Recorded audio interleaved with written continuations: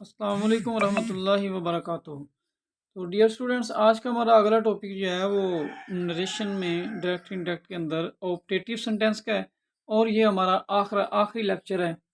तो इसके बाद डायरेक्ट इनडायरेक्ट के टॉपिक जो है हमारे अख्तिताम पजीर हो जाएंगे। फिर इसके बाद कोशिश करेंगे कि आपको 2-4 एक्सरसाइज जो है ना वो दी जाएँ करने के लिए और कुछ आपको समझाया जाए मज़ीद, ताकि इसके अंदर कुछ बेहतरी आ सके।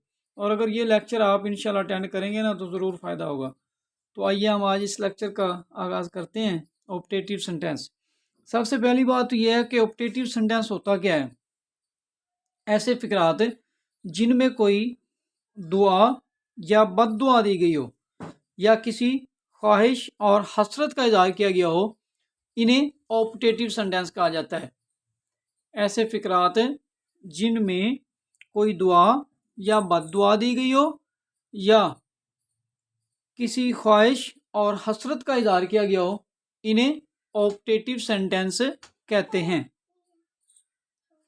तो इन्हें डायरेक्ट से इनडायरेक्ट में तब्दील करने के लिए तो 3-4 असूल हैं, ज़रा हम उसे फर्दर डिस्कस करते हैं। तो जिस फिक्रे में दुआ दी गई हो, इसमें सैड की जगह प्रेड, जिन फिक्रों में दुआ दी गई हो सैड की जगह प्रेड लिखा जाता है। और सैड टू का मतलब है कि इसके साथ फिर ऑब्जेक्ट भी होगा, तो जिसके बाद ऑब्जेक्ट होगा वहां पर हम प्रेड फॉर लिखेंगे। इस तरह जिन फिक्रों के अंदर बद दुआ दी गई होगी, जिन फिक्रों के अंदर बद दुआ दी गई हो, वहां पर सैड को हम कर्स्ड में तब्दील कर देंगे। कर्स्ड, सैड को कर्स्ड में तब्दील करेंगे।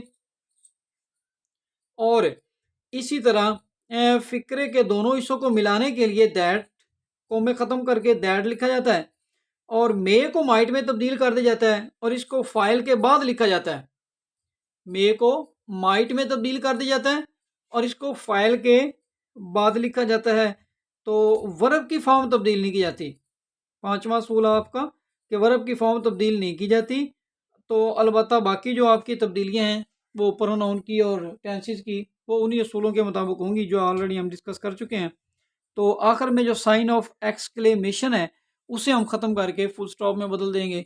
तो ये आपका असूल है इसके ऑप्टेटिव सेंटेंस को तब्दील करने के। तो आइए हम इसकी पहली एग्जांपल पे चलते हैं अब। तो एग्जांपल नंबर 1 अगर देखें आप, she said may you pass the examination. अब यहाँ पर क्या किया जा रहा है, दुआ दी गई है। तो इसका मतलब है कि शी सैड, सैड की जगह हम लिखेंगे प्रेड। शी प्रेड, कॉमे खत्म करने के लिए लगाएंगे दैट, शी प्रेड दैट। और मे को माइट में तब्दील करेंगे लेकिन सब्जेक्ट के बाद लगाएंगे। तो यू को हमने चूंकि तब्दील करना होता है मफूल के मुताबिक पहले हिस्से के, तो जिस पहले हिस्से के अंदर अगर मफूल नहीं है तो इसका मतलब है कि वहां पर हम आई तस्वर करेंगे, यानी मी। तो मी के मुताबिक इस यू को हम बदल देंगे आई में, यानी ये हम तस्वर करेंगे कि ही सैड टू मी था। तो she said, she prayed that I might pass the examination. ये फिक्रा आपका तो क्या हो जाएगा, ये फिक्रा ज़रा देखें आप कि फिक्रा आपका हो गया she prayed that I might pass the examination.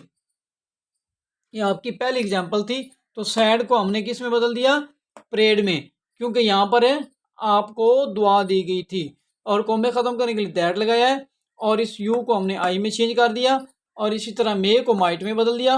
बाकी आपका फिक्रा वैसे ही है। तो अब हम दूसरे नंबर पे, नंबर 2 एग्जाम्पल देखिए ज़रा। She said may you fail in the examination. She said may you fail in the examination.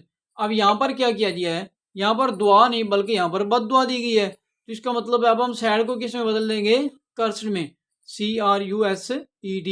She cursed that I might fail in the examination. She cursed that I might fail in the examination. अब नीचे चलें अगर number 3, example number 3 पे, तो she said to me may you live long. अब यहाँ पर भी दुआ दी गई है।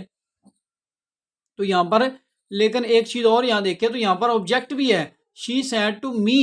तो यहाँ पर हम क्या करेंगे, हम यहाँ पर फिर क्या लिखेंगे, सैड टू मी में शी सैड टू मी, तो हम करेंगे she prayed for me that. अब यहाँ कॉमे खत्म करने के लिए दैट लगाएंगे, that I might live long, may को हमने माइट में तब्दील करना है और सब्जेक्ट के बाद ले जाना है, और साइन ऑफ एक्सक्लेमेशन जो था उसे हमने ख़त्म करके यहाँ पर फुल स्टॉप ऐड कर दिया। इसी तरह एग्जाम्पल नंबर 4 ज़रा देखें आप। तो एग्जाम्पल नंबर 4 है she said would that I war rich. यहाँ पर आपका असूल इसका थोड़ा चेंज हो गया।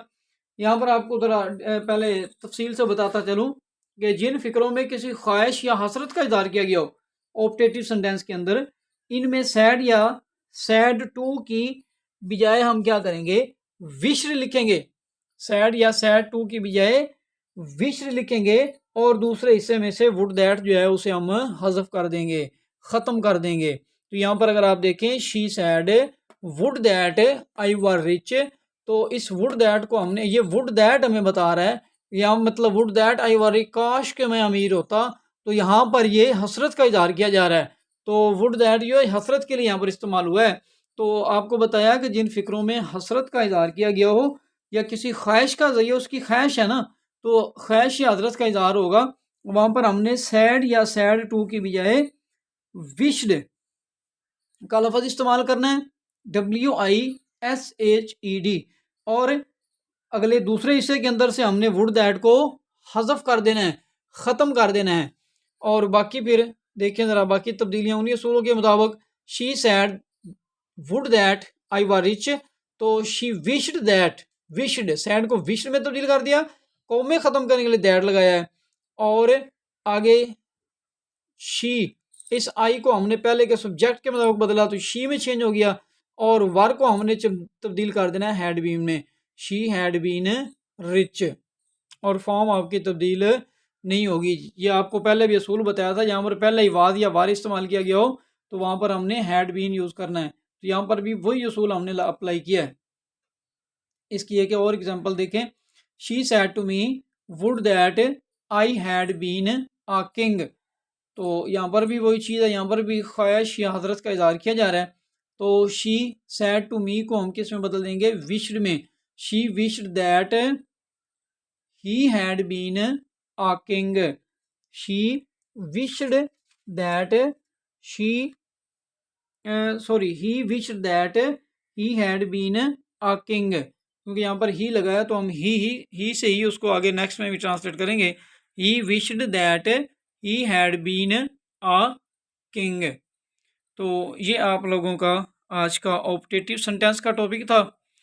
तो उम्मीद करता हूँ कि आप लोगों को ये आज का टॉपिक जो है वो ज़रूर पसंद आएगा और इसकी कुछ समझ भी आएगी।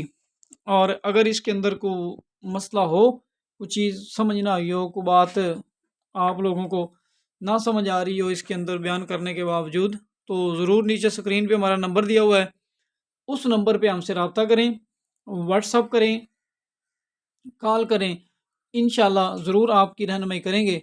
तो ये हमारे टोटल जो लेक्चर तकरीबन 11 हुए हैं, ये चेंज ऑफ नरेशन के, डायरेक्ट एंड इनडायरेक्ट के।